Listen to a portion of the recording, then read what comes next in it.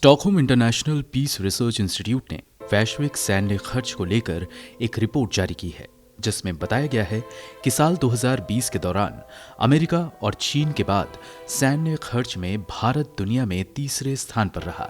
इस दौरान भारत का सैन्य खर्च फ्रांस, ब्रिटेन, सऊदी अरब और जापान से भी ज्यादा 72.9 अरब डॉलर रहा। यह उस दौर की बात है जब देश में कोरोना संक्रमण से 2 लाख से ज्यादा लोग मारे जा चुके हैं। आंकड़े देखें तो भारत सरकार का स्वास्थ्य पर खर्च इस विशाल सैन्य बजट का मात्र एक छोटा सा हिस्सा भर है।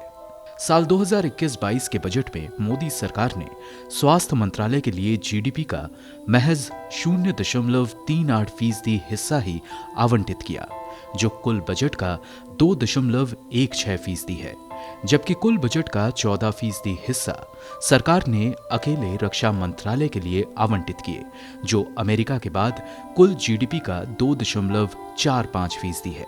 अब आलोचक यहां तक तर्क देने लगेंगे कि स्वास्थ्य राज्यों का विषय है और ये संघीय सरकार की जिम्मेदारी नहीं है।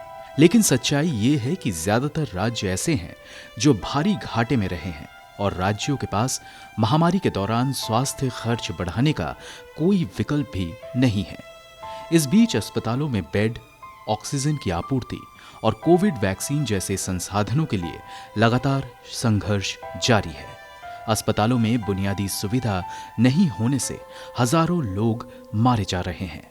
इसके अलावा संघीय सरकार ने वैक्सीन आवंटन को भी एक तरह से नियंत्रित करना शुरू कर दिया है और इससे पहले राज्यों को नए टैक्स सिस्टम जीएसटी से होकर भी गुजरना है। 2 तुलनात्मक रूप से समृद्ध राज्यों दिल्ली और महाराष्ट्र में मौजूदा समय में हालात बदतर हैं और पीएम मोदी की सरकार दैनिक विवादों में उलझी है या उलझाने में लगी हुई है। अगर रक्षा आवंटन से सिर्फ 2% हिस्सा ही शिफ्ट किया जाए तो उससे इस महामारी से लड़ने के लिए मौजूद संसाधनों को दोगुना किया जा सकता है। प्राथमिकता ही समय की आवश्यकता है, लेकिन इसके लिए सरकार को सबसे पहले अपने पड़ोसियों के साथ सेल्फ क्रिएटेड खतरे को कम करना होगा और एक शांतिपूर्ण राजनीतिक वातावरण बनाना होगा। 2019 के चुनाव अभियान के दौरान सत्तारूढ़ भाजपा का जम्मू कश्मीर के पुलवामा में सैन्य काफिलों पर हुए हमले और उसके बाद भारत की तरफ से पाकिस्तान में की गई कथित जवाबी कार्रवाई ही असल मुद्दे रहे। इस रणनीति से पार्टी को भारी फायदा भी हुआ और लोकसभा में 1/3 वोट हासिल करने में मोदी कामयाब भी हुए। इसके बाद चीन के साथ तनाव, जो पाकिस्तान का एक सहयोगी है, दोनों देश सैन्य और व्यापार मोर्चे पर आगे बढ़े हैं। नतीजतन पाकिस्तान लगातार अपनी रक्षा तैयारियों में जुटा है और इसके लिए उसे पूरी मदद भी मिल रही है। शांति समृद्धि का पहला घटक, जिसकी शुरुआत अब की जानी चाहिए ताकि देश अपने लोगों की जान बचाने के लिए पर्याप्त संसाधन जुटा सके। लेकिन यहाँ लाइफ सेविंग मेडिसिन और इक्विपमेंट्स की जगह अगर सेना का उल्लेख किया जाए तो देश के करोड़ों प्रधानमंत्री समर्थकों के लिए एक रेड रैग यानी क्रोध उत्पन्न करने वाला जैसा साबित होगा।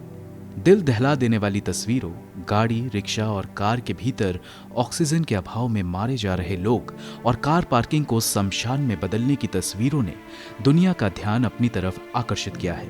इस बीच क्या श्री मोदी शांति की चुनौती के लिए आगे आ सकते हैं?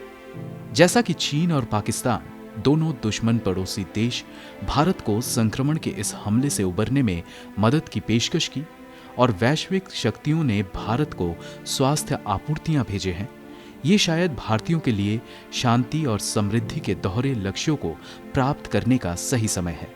महान नेतृत्व अंततः उन लोगों को बचाने के लिए होता है जो उसे चुनता है। क्या मोदी इसके लिए आगे आ सकते हैं?